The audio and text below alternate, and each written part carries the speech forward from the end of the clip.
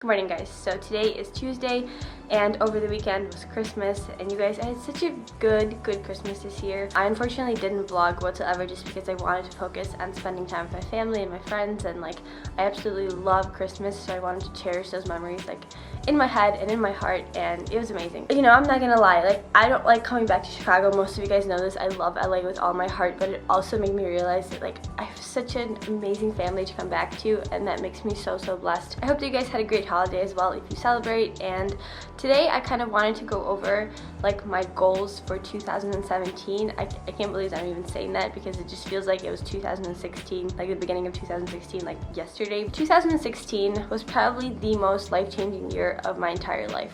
As most of you guys know, I moved from Chicago to Los Angeles, all the way across the country. I moved out of my parents' house for the first time living on my own, and it's taught me so much about my strengths and my weaknesses, because there was things I didn't realize, that there was things that I'm really good at and things I kind of suck at. For example, cooking. I knew that I sucked at it, but now I'm 100% sure. But honestly, this year has also taught me that I'm a strong person and that I'm able to handle a lot of things that life throws at me that I truly did not think I'd be able to handle, especially at only being 20 years old. Well, I'll be 21 on January 6th, but we're gonna roll with the 20s. The fact that I'm living in LA right now is insane for me to even wrap my head around. So 2016 has been definitely a life-changing year, and I want to continue that in 2017. I have, fitness goals and life goals, and I'm gonna kind of talk about it in this video. So starting off with the fitness goals, I would say that my number one goal is to just continue to have this relationship that I have with my body and food that I have kind of created in 2016. Because as some of you may know, I have struggled with binge eating, and I've definitely had my fair share of body image issues, and I feel like in 2016, I was able to finally just truly love myself. It didn't matter the weight that I was at, it didn't matter what body fat percentage I was at, it didn't matter how much calories I was eating. I was not sort of defining my life based off of numbers, which is something that I would do in the past. I truly do think that I've learned to love myself, and it's taking me so long to get to this point. And I want to continue that. I want to continue building the relationship that I have with myself. Although it sounds weird, but that is my number one fitness goal. Also, for once in my life, my New Year's resolution isn't to lose weight. And I'd say my New Year's resolution for the past 3 years has always been to lose weight in some sort of form, or lose fat, or whatever. And this year I can finally say that my New Year's fitness resolution is to just build muscle. I want to take 7 to 8 months to be eating in a calorie surplus, to focus on hitting some PRs on my compound movements, my squats, my deadlifts, my overhead press. I have numbers that I want to hit, and I want to get stronger. I want to grow. I no longer want to shrink. And that's a good feeling for me to have, because I swear for the past 3 years it's always been to lose weight. So I'm just very excited. Another goal that I have that's fitness related is I want to stretch more. That's something that I neglect every single year. I think it's been a New Year's resolution for me even last year, and I suck at it. I have a routine, a mobility routine, and I try to do it, but I'm still very not flexible, and that affects me at the gym. It affects my lifts 100%.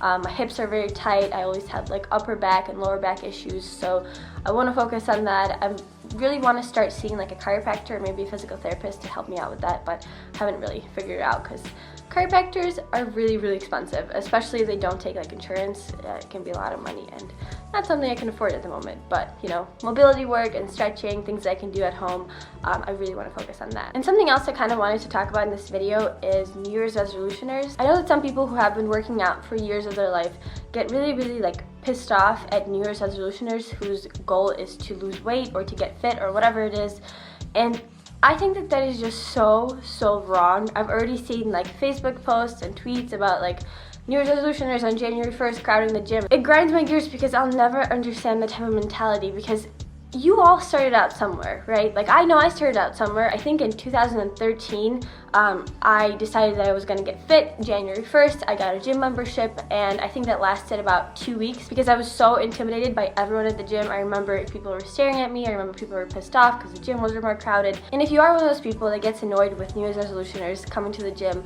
please try to remember, it's already intimidating enough to go into the gym, especially if it's not something that you're used to. It's taking these people a lot of courage. Just help them. You should want people to get fit. You should want people to get healthy. It's already uncomfortable enough, and to have people stare at you and kind of notice that you're new at the gym, or sorry, my cat is he's losing it. I apologize. But what I'm saying is, it's intimidating enough to go into the gym for the first time, and knowing that people are annoyed with you before you even get there is even worse. So if you see someone struggling, if they're new or whatever, just help them out. Like, help them fall in love with this lifestyle, because we all started out somewhere. I've had so many like failed attempts where I wanted to get fit as my New Year's resolution goal, and it just never ever happened because I was either intimidated or I didn't know what I was doing or whatever. And if you need that, if you need a fresh new start, leave whatever insecurities you had in 2016 and start fresh. And if that's what you need, a new year to start fresh and to get fit, then all power to you. There's nothing wrong with that. I have so many clients who are starting with me in 2017. I'm so excited. If you're intimidated, just put your headphones on, have your program with you. Just don't worry about what anyone else is doing or thinking. They can be annoyed with themselves, but you're working on yourself, and that's what matters. I have a lot of clients who have come to me and they're nervous and scared, and they think that people are gonna judge them. I hate that so much. I hate that, because I remember being at that exact same spot. I know how scary and intimidating can be, and the fact that some people just forget because they've been lifting for a long time or they've been into fitness for a long time is crazy to me, because I remember it like it was yesterday. So that's about it as far as like fitness goals go, but I also have so many life goals.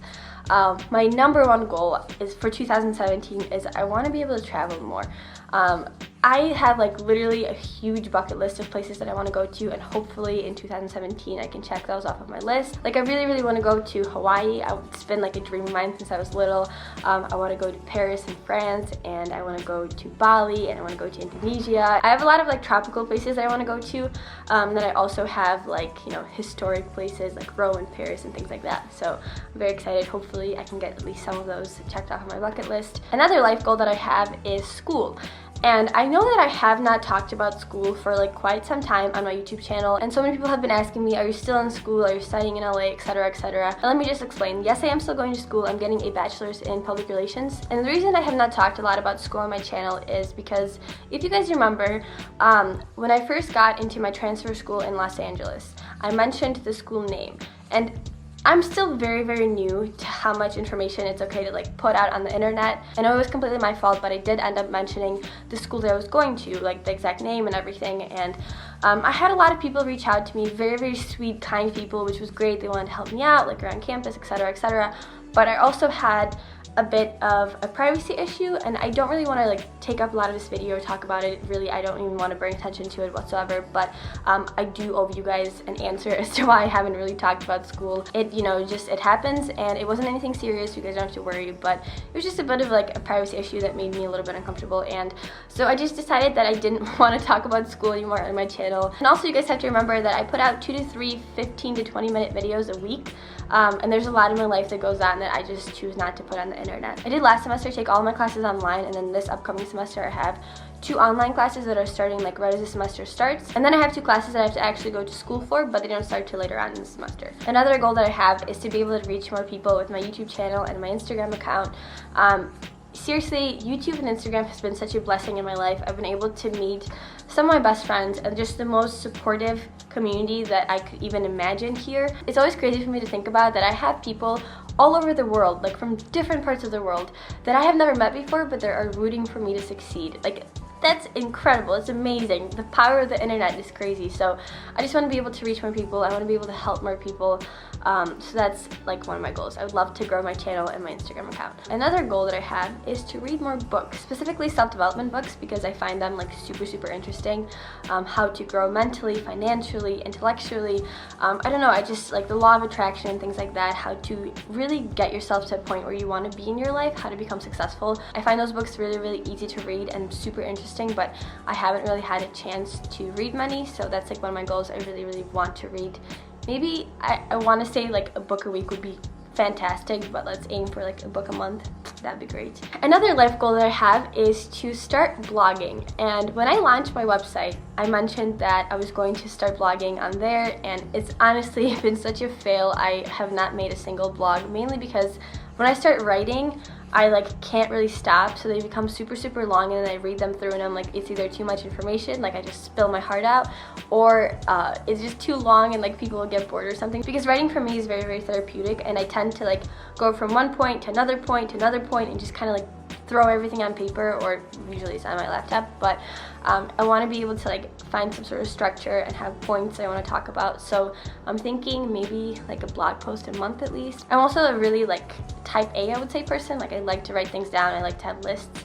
I like to check things off of a list. It's like a really good feeling. So I think that's why writing is very therapeutic for me, because I'm able to put something down on paper or even on my laptop and it's like there and I can see it, and it feels like if I have something bottled up inside and it's on paper or on my laptop, that it kind of like left me, if that makes sense. I don't know.